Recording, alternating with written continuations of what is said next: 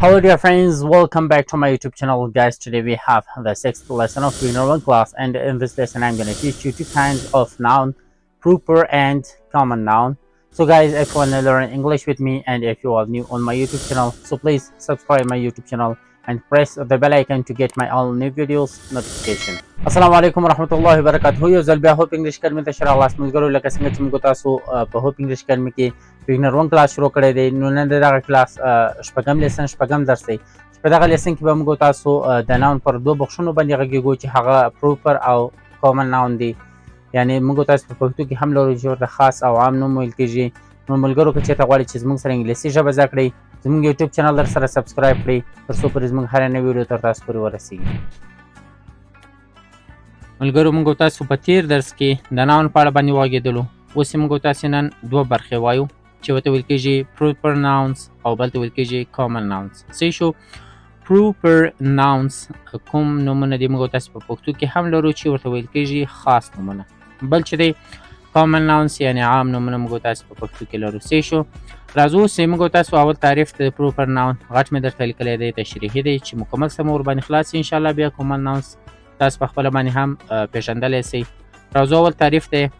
These nouns are the names of specific people, place and things. These nouns also refer to the names of the days of the week and months, and also various names for religions, organization, institution, etc. ملګرو اوس راځو موږ تاسې لغت په لغت معنا ته نو بیا چې دی مکمله تشریح زه درته کوم، په پښتو کې تعریف درته وایم. نو انشاءالله چې بیا به مثالونه هم زه درکړم چې مکمل سر مو ورباندې خلاص شي. پروپر ناونز چې دی موږ تاسو په پښتو کې لرو چې خاص نومونه، او کامن ناونز چې دی عام نومونو ته ویل کېږي. these یعنې دغه ناونز نومونه یا اسمونه دي names of specific یعنې ځانګړي نومونه د خلکو د ځای things چې دی شیانو ته ویل کېږي. بیا راځو نورو پسې ادامه ورکوو. these nouns او دغه اسمونه چې دي خاص اسمونه ښیي. also همچنان refer اشاره کوي، صحیح شو، مراجعه کوي to the names of the days of the week د اونۍ د ورځو نومونو ته. days چې دی ورځو ته ویل کېږي، week چې دی هفتې ته ویل کېږي. and months او د میاشتې نومونه. it also او همچنان various چې دی مختلفو ته ویل کېږي. names نومونه for لپاره religions مذهبونه. صحیح شو. یا دین موږ تاسو په پښتو کې هم دین ورته وایو، مذهب. صحیح شو. یعنی د مختلفو مذهبونو نومونه. organization سازمانونه. institution ادارې یا هم موږ تاسو مؤسسې ورته وایو. صحیح شو. etc وغیره. صحیح شو. اوس موږ تاسو راځو مکمل په پښتو کې تعریف درته وایم او بیا تشریح درکوم. بیا مثالونو ته راځو. یعنی نومونه د خاصو خلکو د خاص ځای د خاصو شیانو نومونه ته چې ویل کېږي پروپر ناونز، یا هم موږ تاسو په پښتو کې وایي خاص نومونه ورته ویل کېږي.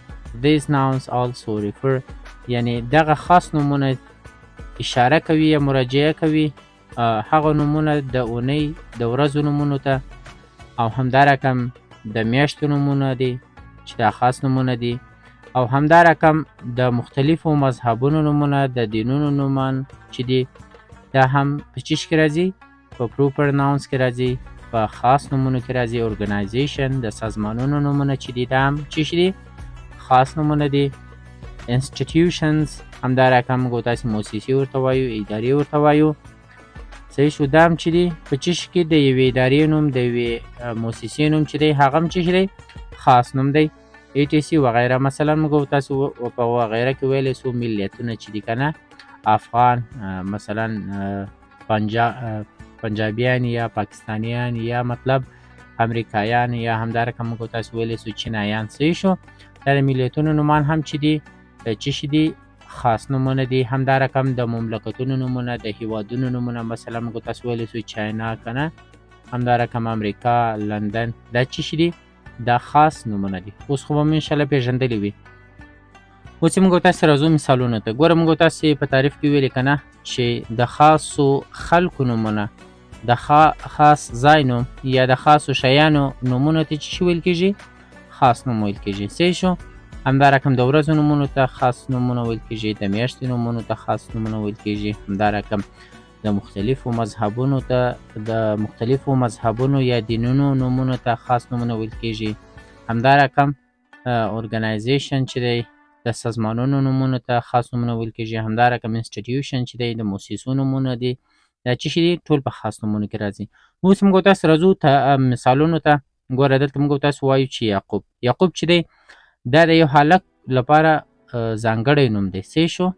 حسن یو د هلک لپاره یو خاص نوم دی. څه شو؟ موږ تاسو دا نوم چې دی د انجلۍ لپاره مثلا موږ تاسو نسي استفاده کولی ځکه چې یو ځانګړی نوم دی د هلک لپاره کېښودل کېږي. څه شو؟ بیا موږ تاسو راځو. ګوره قندهار دا چې دی د ځای نوم دی. موږ تاسو یو خاص ولایت دی. څه شو؟ کانن دا چې دی د دوربینونو نومون دی. دا د کیمرې یو قسم کانن کیمره چې ورته وایي. دا هم چې دی څه شی دی؟ د کمپنۍ یو خاص نوم دی. څه شو؟ بیا موږ تاسو راځو همدارقم د ورځو نومونو ته.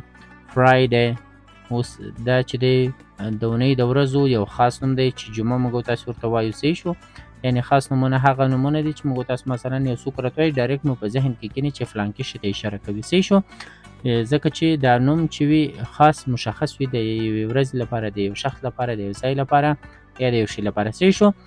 اوس جنوري چې دی همدارقم موږ تاسو ویلو چې د میاشتې نومونه دي، دا هم خاص نوم کې راځي. همدارقم اسلام دا یو د مذهب د دین نوم دی زموږ تاسو، دا چې شي سو خاص نوم سو. همدارقم موږ تاسو ویلو چې ارګنایزیشن د سازمانونو نومونه یو اف سی چې دی اوس یو سازمان دی چې یو خاص نوم لري. څه شو؟ یو اف سی. څه شو؟ کې اف سی مې فکر کوم زموږ استاد په افغانستان کې دی، کې اف سی نومېږي، همداسې ښه نوم ورته اخیستل کېږي. هغه هم چې شي دی خاص نوم دی.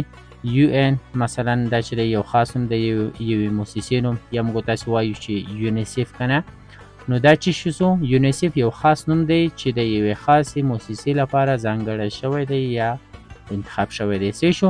راځو اوس موږ تاسو کامن ناون ته. اوس راځو ملګرو موږ تاسې چې شته کامن ناونز ته. Common nouns ته راځو. definition ته. common nouns are those names which are څه شو commonly used for any person, place and things. اوس راځو موږ تاسو لغت په لغت پښتو معنا ته. ګوره common nouns چې دي عام نومونه دي، هغه نومونه دي which are کوم چې commonly په عام ډول سره used استفاده کېږي for any د هر person شخص، place، ځای and things او د شیانو. څه شو؟ اوس راځو موږ تاسو په پښتو کې تعریف وایو.